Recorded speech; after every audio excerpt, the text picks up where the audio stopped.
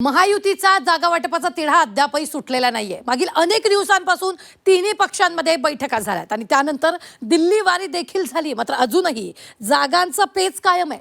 जवळपास 14 जागांवर एकमत झालं असून फक्त 3 जागांवरून महायुतीमध्ये रस्सीखेच सुरू आहे। पाहूया त्यावरचा स्पेशल रिपोर्ट। जागा वाटपाचा फॉर्म्युला अजून ठरलेला नाहीये। महायुतीतल्या जागा वाटपाचा तिढा अद्यापही सुटलेला नाहीये। महायुतीचं 14 जागांवर एकमत झालं असून 3 जागांचा तिढा अद्यापही सुटलेला नाहीये। दिल्ली दौऱ्यानंतरही महायुतीच्या जागा वाटपाचं घोडं अडलेलंच आहे। महायुतीमध्ये 3 जागांवर पेच अजूनही कायम आहे। जागा वाटपावर राज्यात खलबतं झाल्यानंतर दिल्लीतही चर्चा झाली, मात्र तरीही महायुतीमधील तिढा सुटताना दिसत नाहीये। कारण भाजप, शिवसेना आणि राष्ट्रवादी आपापल्या जागा लढण्यावर ठाम आहे। भाजप आणि शिवसेनेमध्ये संभाजीनगर आणि नाशिकच्या अशा 2 जागांवरून रस्सीखेच आहे, तर दुसरीकडे रायगडच्या एका जागेवर शिवसेना आणि राष्ट्रवादी ठाम आहे। सध्या 14 जागांचा तिढा सुटला असून भाजपच्या वाटेला 10 जागाच येणार असल्याची माहिती आहे।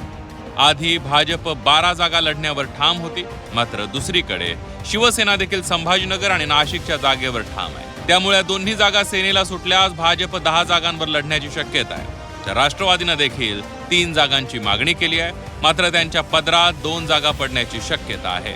सोलापूरची जागा भाजप लढणार, अहिल्यानगर भाजप, जळगाव भाजप। मात्र या जागेसाठी गुलाबराव पाटील त्यांच्या मुलासाठी आग्रही आहे। सांगली, सातारा भाजप, नांदेड भाजप, भंडारा गोंदिया भाजप, वर्धा चंद्रपूर गडचिरोलीची जागाही भाजपच लढवणार आहे।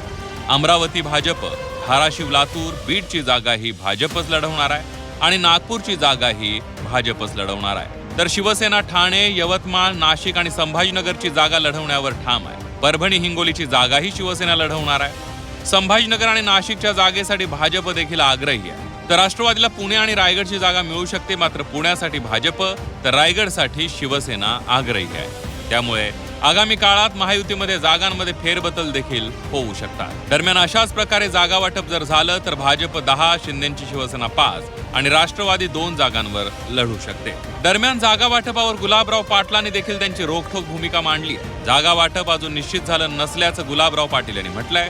त्यामुळे महायुतीत जागा वाटपावरून तिढा कायम असल्याचं दिसतंय। जागा वाटपाचा फॉर्म्युला अजून ठरलेला नाहीये। त्यामुळे ह्या बातम्या ज्या आहेत, ह्या बातम्या सूत्रांकडनं इकडनं तिकडनं अशा पद्धतीच्या आम्हाला ऐकायला मिळतात, पण मला तरी असं वाटतं अजून काहीच ठरलेलं नाहीये। कालपर्यंत असं सांगितलं जात होतं, काल रात्रीची बातमी आहे की ही जागा शिवसेनेला सुटणार असं तर निश्चित झालेलं आहे, फक्त काही गोष्टींवरून तडजोड चालू आहे अशी पण माहिती आहे।